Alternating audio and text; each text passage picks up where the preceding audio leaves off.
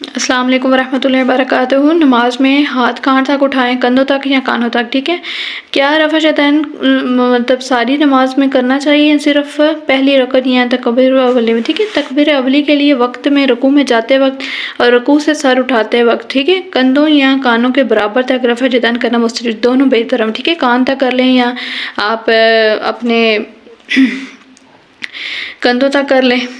ٹھیک ہے، اسی طرح ظہر، عصر، مغرب اور عشاء نمازوں میں پہلے سے تشہد تیسری رکعت کے لیے کھڑے ہوتے وقت رفع یدین کرنا بھی مسجد ہے۔ نبی صلی اللہ علیہ وسلم کے قول سے یہ بات ثابت ہے۔ ٹھیک ہے، ہم لوگ جیسے رکوع میں جاتے ہوئے کرتے ہیں ہم رفع یدین، اٹھتے ہوئے بھی ہم نے کرنا ہوتا ہے۔ بعض عورتیں اس میں بھی بہت سارے مطلب خود ہی سارے اپنا دین لے کے چلے ہیں۔